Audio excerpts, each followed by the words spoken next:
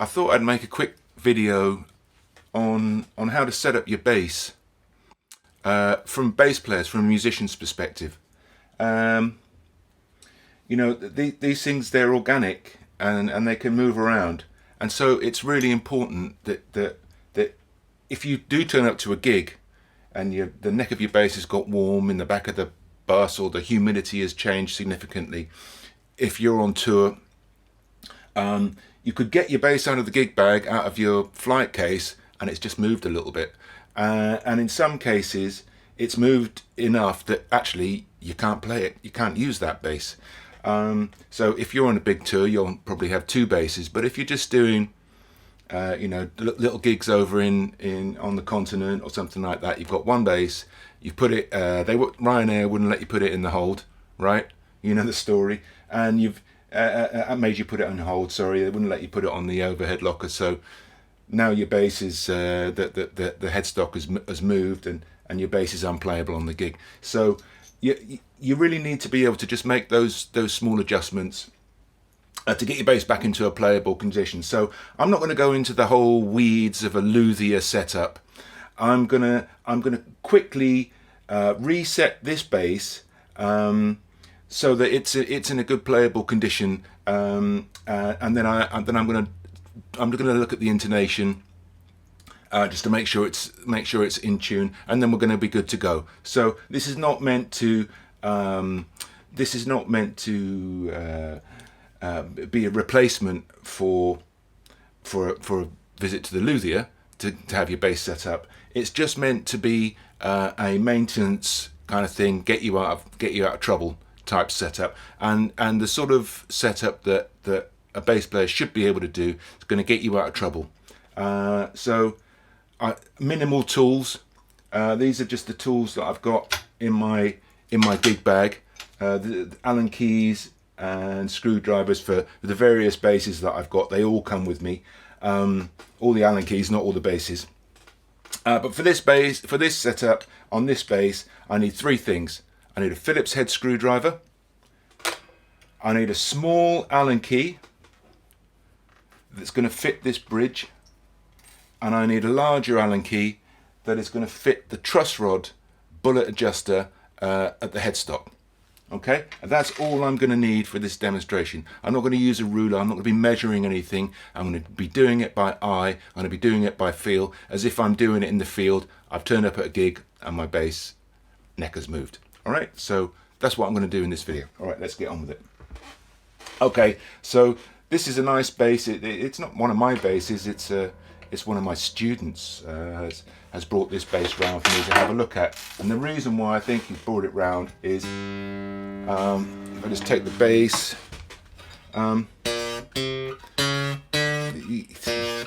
yeah, hopefully you can hear that. Hopefully the mic's picking that up okay. It actually sounds kind of quite nice, but there's just a little bit that those notes aren't really ringing out very much, and seems to be fret buzz all the way up the neck. So what's happened here is the headstock has dropped just a little bit. Okay, so with the heat and the humidity, the wood has moved, and the headstock has come back, and that's brought the action down lower.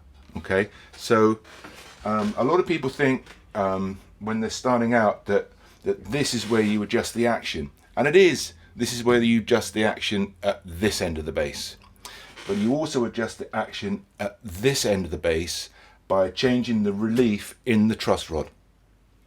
Okay, so in this case, when they move, this isn't going to move. It's this end that's going to move. It's the headstock that's going to move. And so in this case, what's happened is the heat or the humidity has made that headstock just drop a little bit, and what that has meant is we've now got something a little more convex in the neck profile. What I'm really looking for is a slightly concave neck profile, and what that does is in the center of the string is where the greatest string excursion. Okay, movement. Okay, the greatest movement of the string. So we need to have just a little bit of what's called relief in that area of the neck, and that allows the string to vibrate at the point where it's going to vibrate the greatest. If the neck becomes too flat or even a little convex in this shape, then the string will hit those frets and it'll start to choke out. And in this case, it's choking out a little bit too much, and that's causing the top strings particularly to sound very weak. Okay, so it's going to be really, really simple for us to do this. Don't be afraid of it. Okay, don't go crazy. Okay, a quarter turn at a time is all I'm going to use for this bass. I'm going to turn it a quarter turn and then I'm going to check it. Okay. Okay, so just to understand exactly what I'm doing, if I tighten this truss rod, okay, if I tighten this truss rod, then that is going to pull the neck headstock down. Okay, it's going to pull the headstock down if I tighten that truss rod. Okay, so what I want to do is, because I think the truss rod is already a little tight, the headstock is already down, I'm going to loosen that truss rod just a tiny little bit, and that's going to allow the string tension to pull that headstock back up again. Okay, all right, so I'm going to make a small adjustment. Like I say, I'm going to loosen, righty tighty, lefty loosey. I'm going to loosen that truss rod just by a quarter turn. Okay, okay, so let's do that. Okay, so I'm going to go that way, I'm going to go that way. Loosen it off just a little bit. Okay, let's get that Allen key in there. Okay, okay, that's a little bit. I would say that was a third of a turn, but I'm going to do a quarter. Okay, right. Okay, so I'm just going to check this on the tuner. The tuner's just slightly out of shot, sorry. I want to check this on my tuner and just make sure that that bass is in tune, because that's going to affect the string tension, and I'm going to do this with the bass in my lap. Okay. Okay.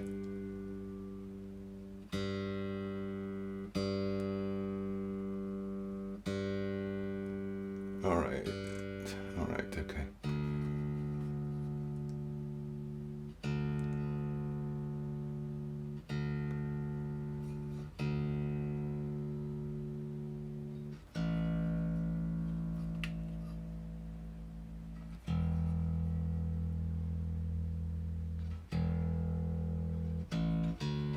Okay, that'll do. Okay, that's close enough for us at the moment.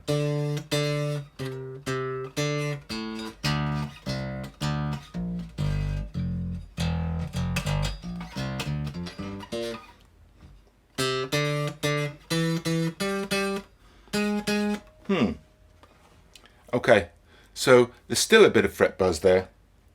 There's still a little bit of fret buzz there, so maybe a little bit too much fret buzz. So what I'm going to do now is I'm just going to check the neck to see what sort of relief there is in the neck.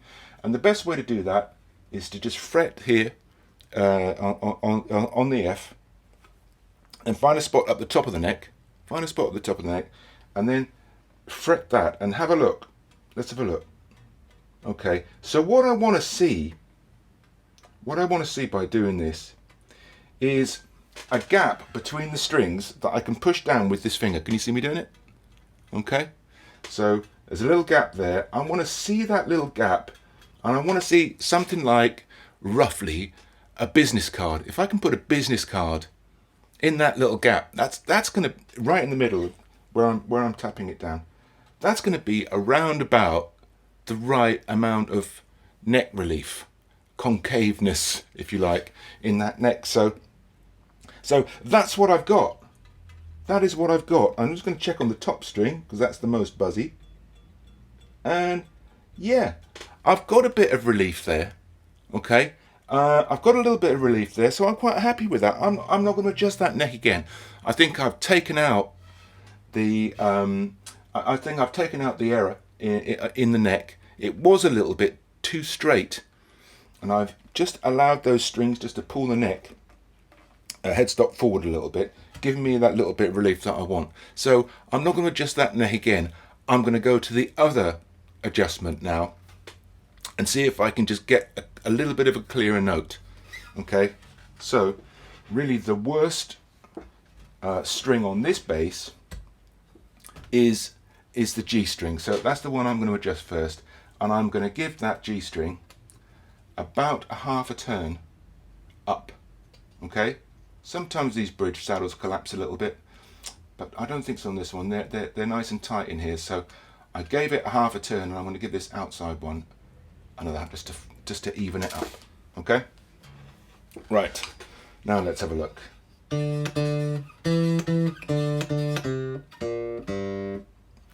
going to give it another half a turn. That is still a little bit low. I think the action of this bass was just set a little too low. Okay, so I'm going to give that another half a turn. And okay, let's have a look at that now.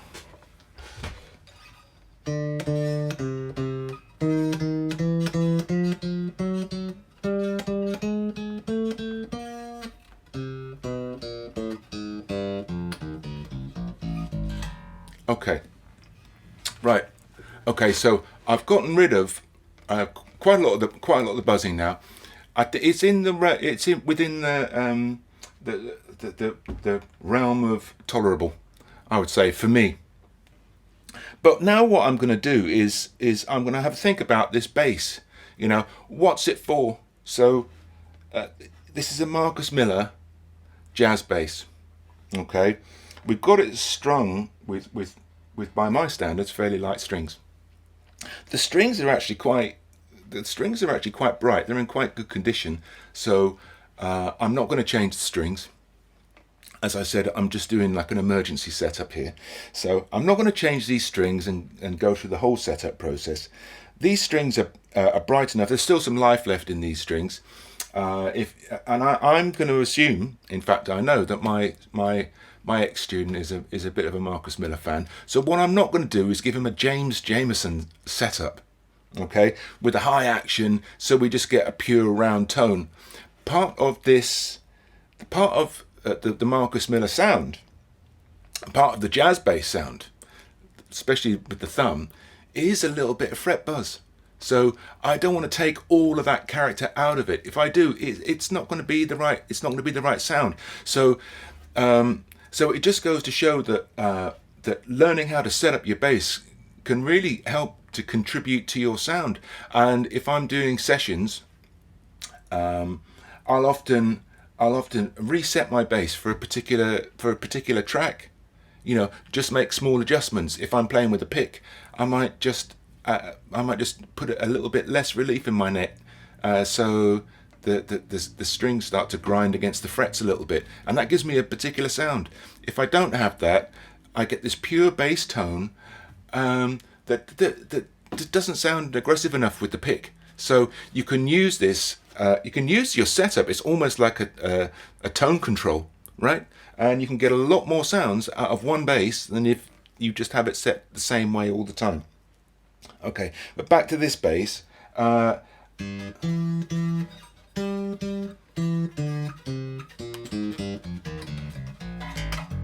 Okay, so that top string is kind of where I'm happy. What I am going to do is I'm just going to remove this. Now, I'm going to remove this if I can. Let's see. I'm going to remove that guard because it's just getting in the way. I don't know why that's on there. I know Marcus Miller keeps his on there, but I don't, and it's making it very difficult for me to judge how well this instrument plays. So I'm just going to take this off and be careful not to lose it. Okay.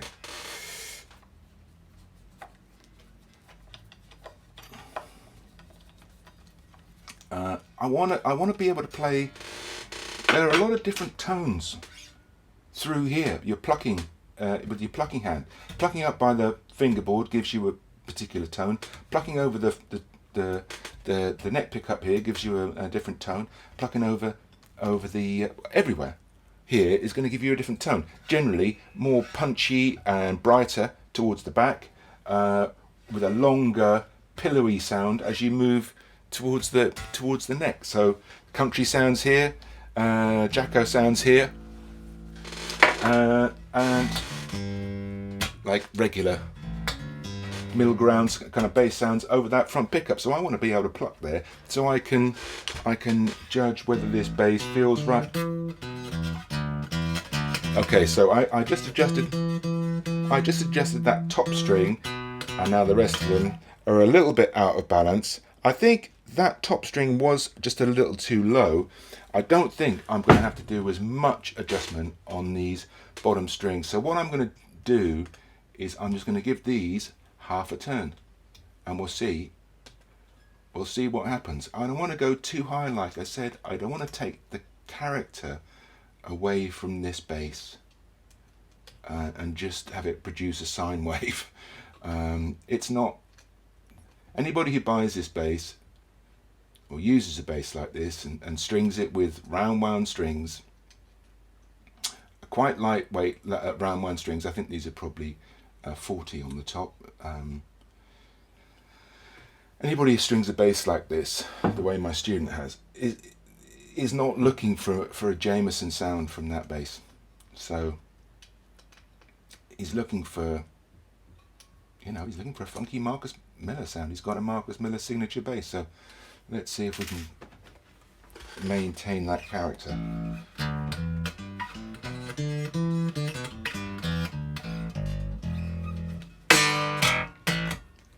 Right?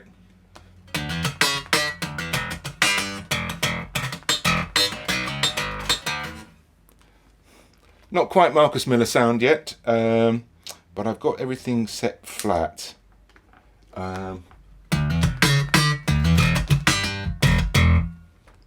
getting there.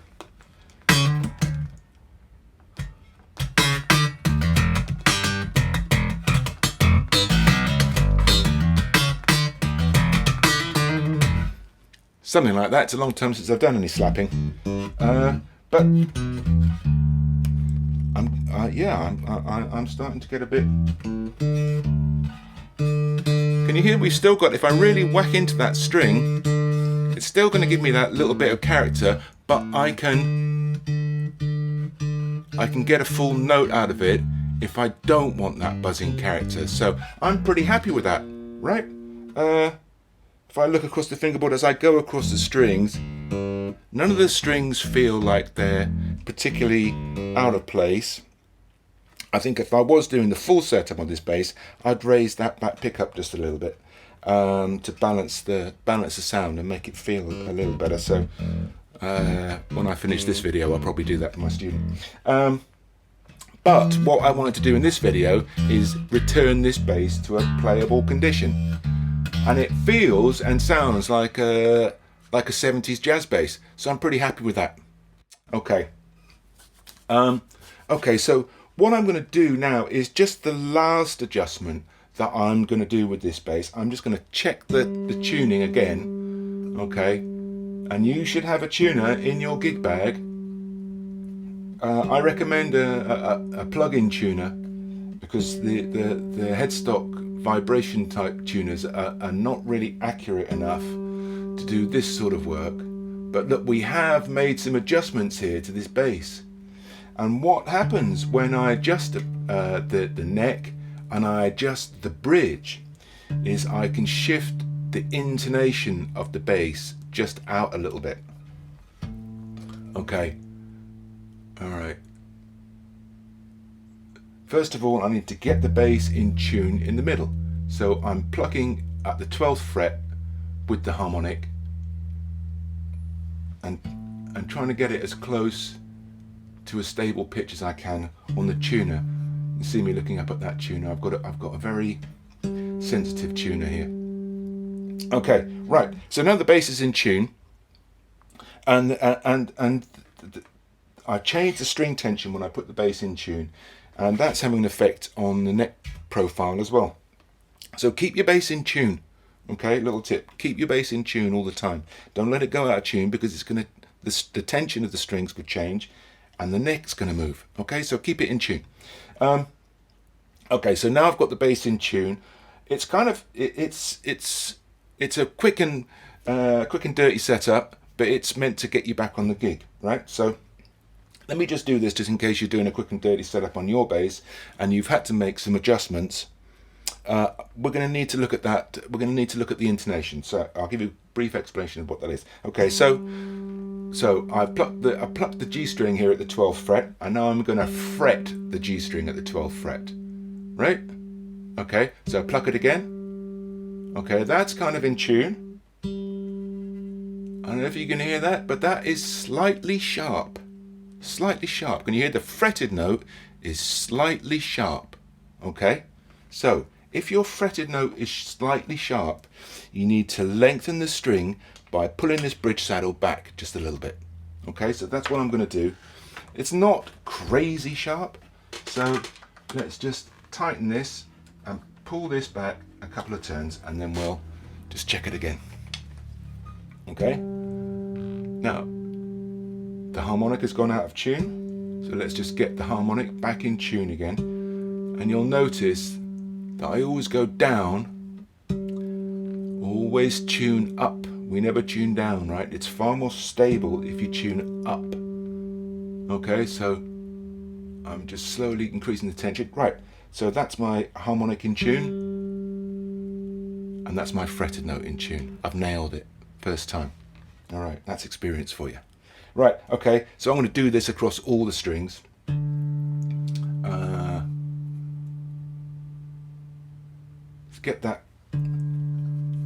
Let's get that D string in tune, and then I'm just going to check the fretted one, and again the fretted note is sharp. So fretted sharp, we lengthen the string by pulling this bridge saddle back.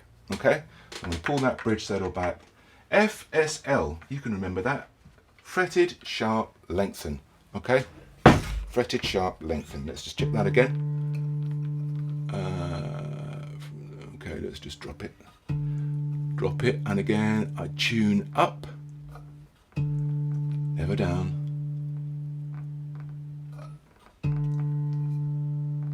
It can take a little time to get it really accurate when you're using a very accurate tuner. That's why a stage tuner isn't really great for the job.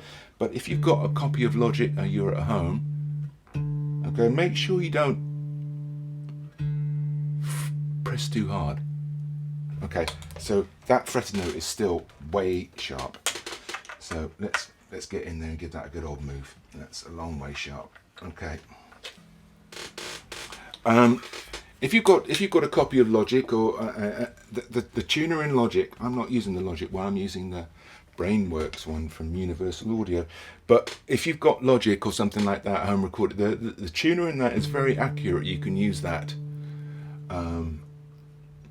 Or a plug-in tuner, you know, the old Boss TU, whatever it's called, was pretty good. Definitely good enough for this. But the kind of Quark headstock tuner is not really accurate enough for this. That is meant for a very rough tuning quickly on stage. Okay, so that's still out. So this intonation was absolutely miles out. Okay, let's try that. So this is going to really improve this bass. The intonation, still sharp. The intonation is how in tune your bass is along the string. So with the intonation out, it can be in tune here and out of tune here. So we're trying to get an average of in tuneness along the entire length of the string.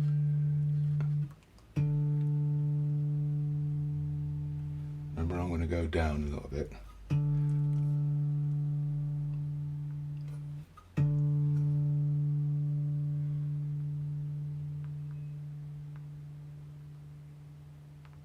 Okay. Wow. Well, that is still, so, wow, okay. That was really, really, really an out of tune bass.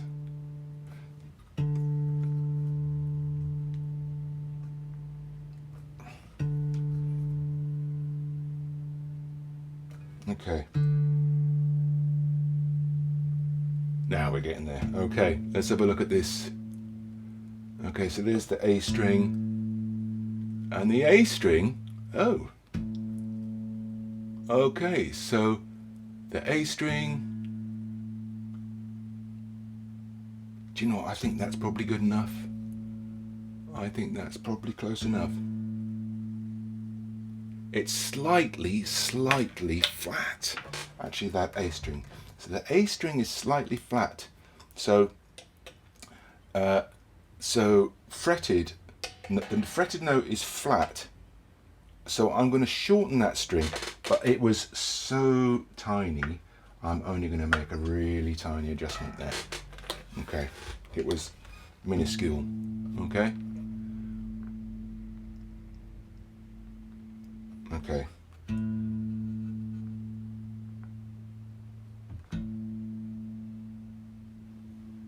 I think that's close enough. I think that's close enough. Yeah, that's close enough. Okay. When you're fretting the note, don't squeeze the note down too hard. Fret it with your normal fretting weight, which shouldn't be too hard. Okay, because you'll bend the string out of tune, particularly down in the low register. Right. Okay, let's just do this E, and I suspect this is going to be out. Yep. Can you hear it? You can actually hear that this is out. Okay, it's sharp, right? It's sharp, and it's quite a bit sharp. So I'm not going to mess around. I'm going to give that a good few turns. That was probably 5 full turns. Okay, so that's put the harmonic out of tune. Now we're back at pitch. Oh, I overshot. Okay, so much for experience. But not by much. So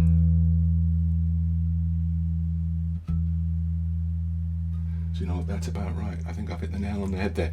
Well, this will certainly be good enough for what we're trying to do. Okay, we'll just get this bass back into a playable condition, in tune.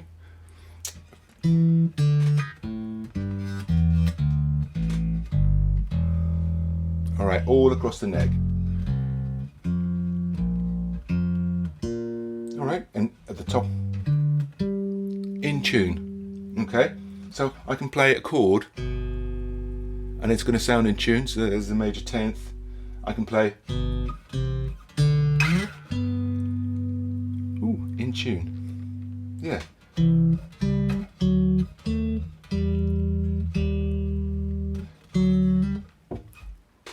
Bit of Blackbird, and it's in tune.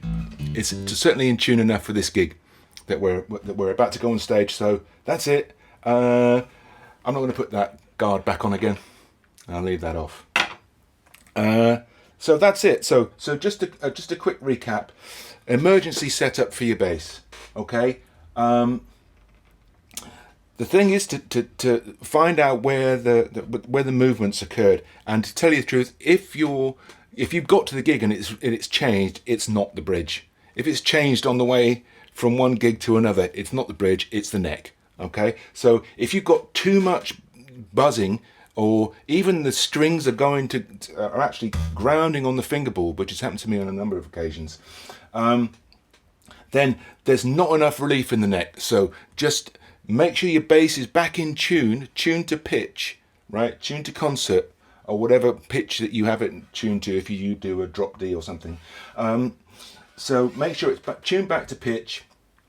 And if it's in pitch, if it's tuned in pitch and the strings are just grounding out on the fingerboard, there's excessive fret buzz, or maybe even no notes, the strings are choking out, just slacken off that truss rod a quarter turn, put it back into tune again, and see what you've got. If it's still ground, try another quarter turn, right? Okay, once you've done that, you can make the fine adjustments with the bridge saddles. Okay, and once you've done that, it's really important to if you have, particularly if you've adjusted the bridge, it's really important to go in there and just check your intonation and make sure that your bass is in tune internally along the entire string length. Okay, so just a quick recap. If your bass is grounding if your strings are grounding out on the fingerboard, then you need to just relax the truss rod and allow the string tension to put a little bit more curve in the neck. As an average, remember when I tested it, I had about a business card of relief there, business card of gap that I could tap down, something like that. Okay, and then I went to adjust the bridge saddles. I did it until I had not removed all the character, all the slap bass kind of character from this bass. I haven't removed all that. I left a little bit of that in, and that would be a subjective kind of artistic decision, if you like, right? About what sort of bass you're trying to play. And I think it's pretty obvious with this preamp and this Fender Jazz what sort of bass, what sort of sound you're looking for. Okay. So I've left that in, and then I've gone and readjusted the string length with these Phillips head screws at the back. So just a quick recap on that. Remember this, FSL, fretted, sharp, lengthen. Okay, and so the reverse is true as well. Okay, if the fretted note, you play the harmonic and then you play the fretted note. If the fretted note is flat, you need to shorten the string just a little bit. Okay, go a little bit at a time. Okay, I think that's it. Okay, this bass can go on and do the gig now, and I've got to go to my gig, so that's all for today.